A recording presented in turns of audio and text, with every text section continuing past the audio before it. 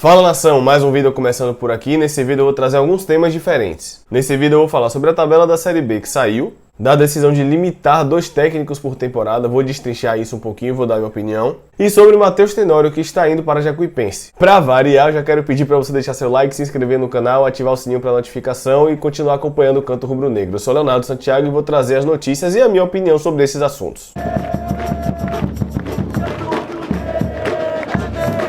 A primeira notícia é que nossa tabela na Série B saiu. Eles divulgam primeiro a tabela básica, sendo que nosso jogo, por exemplo, nessa tabela básica pode cair numa terça, numa sexta ou num sábado. E caso seja rodada cheia na terça, eles destrincham os horários à medida que o tempo vai passando. O Vitória vai estrear contra o Guarani lá no Brinco de Ouro, que já é uma estreia chata. Na segunda e na terceira rodada a gente joga no Barradão, a gente pega o Náutico na segunda rodada e o Operário na terceira. Na quarta rodada a gente sai para pegar o Remo e na quinta rodada a gente enfrenta o Brusque no Barradão. Na sexta rodada a gente sai para enfrentar o Curitiba no Couto Pereira e volta para enfrentar o Londrina no Barradão. Na oitava rodada a gente enfrenta o Botafogo no Rio de Janeiro e depois volta para enfrentar o Goiás no Barradão. Nossa 10ª rodada é contra o Confiança fora de casa e a 11ª é contra o Sampaio no Barradão. Na 12ª rodada a gente sai para enfrentar o Brasil de Pelotas e na 13ª a gente enfrenta a Ponte Preta no Barradão. Na 14ª rodada a gente vai até Alagoas enfrentar o CSA. E na 15ª e na 16ª a gente tem 2 jogos seguidos em casa. Na 15ª a gente pega o Avaí no Barradão e na 16ª a gente pega o Vasco. Na 17ª a gente sai para pegar o Cruzeiro no Mineirão e encerra o turno com CRB no Barradão e Vila Nova fora. Isso significa que o Vitória encerra o campeonato jogando contra o Vila Nova dentro de casa. Não tenho muito o que falar sobre a tabela e também não tenho muito o que falar sobre os adversários. A gente ainda está em março, então está muito cedo para fazer qualquer tipo de prognóstico. A gente só espera que no final do campeonato o Vitória suba. Mas se você tiver alguma consideração a fazer sobre essa tabela, deixa aí nos comentários para a gente debater sobre ela, beleza? O segundo ponto foi até perguntado para mim em live, mas eu não sabia responder porque eu realmente não tinha visto nada ainda. Agora a gente vai falar da limitação de 2 técnicos por clube no Campeonato Brasileiro. Antes de dar a minha opinião, é importante destrinchar algumas coisas aqui. Os clubes não necessariamente só podem ter 2 treinadores no ano, eu vou explicar isso, existem alguns contextos. Os treinadores sim, só podem treinar 2 equipes no ano de fato. Se, por exemplo, o Rodrigo estiver fazendo um bom trabalho no Vitória e receber uma proposta de fora e sair, o clube não será penalizado. Nesse caso, o clube não entra na conta. O clube só entra na regra se demitir o treinador.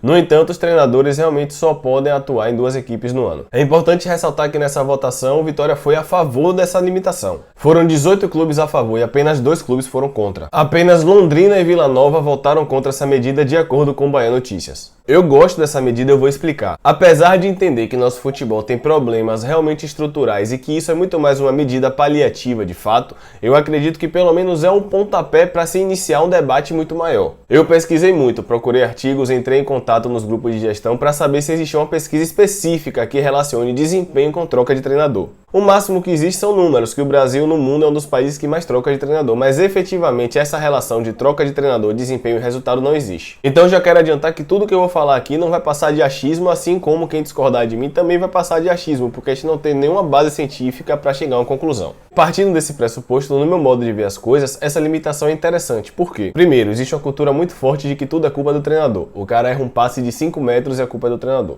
O cara perde o gol na cara e a culpa é do treinador. É difícil quebrar essa cultura. Segundo ponto, eu ouço muito na discussão de que Flamengo mudou de treinador e deu certo, Palmeiras mudou de treinador e deu certo, Corinthians mudou de treinador e deu certo, tudo bem, mas são 40 clubes entre as séries A e B. Falando desses 40 clubes, para mim, a grande maioria troca de treinador e não consegue o resultado esperado. Muitas vezes por não conseguir gerir uma expectativa criada de forma exagerada. Como eu falei, isso aqui é uma opinião. Eu vejo muito no futebol brasileiro a clássica frase de esse elenco pode dar mais. Sendo que, na maioria das vezes, não pode. Você só está se iludindo. Por isso, nesse debate, eu trago outro ponto. A gente tem que entender o poderio financeiro e o contexto de cada clube. É muito fácil falar que o Flamengo mudou e deu certo, que o Palmeiras mudou e deu certo. É claro, com os elencos que eles têm, a chance é muito maior do que a maioria dos clubes da Série B de mudar e obter resultado. Como eu falei, não existe nenhuma pesquisa, nenhum dado científico que tenha embasamento nisso que eu tô falando, mas o outro lado também não existe. Então isso aqui sim é uma opinião que a gente vai debater em diferentes perspectivas. Inclusive no Vitória, diversas vezes a gente colocou a culpa no treinador ao longo da nossa história e no final era o elenco que era limitado ou tinha algum problema de gestão muito maior do que o treinador. Eu acho essa medida interessante porque vai ser necessário repensar uma série de coisas, repensar projeto, pesquisar melhor no mercado,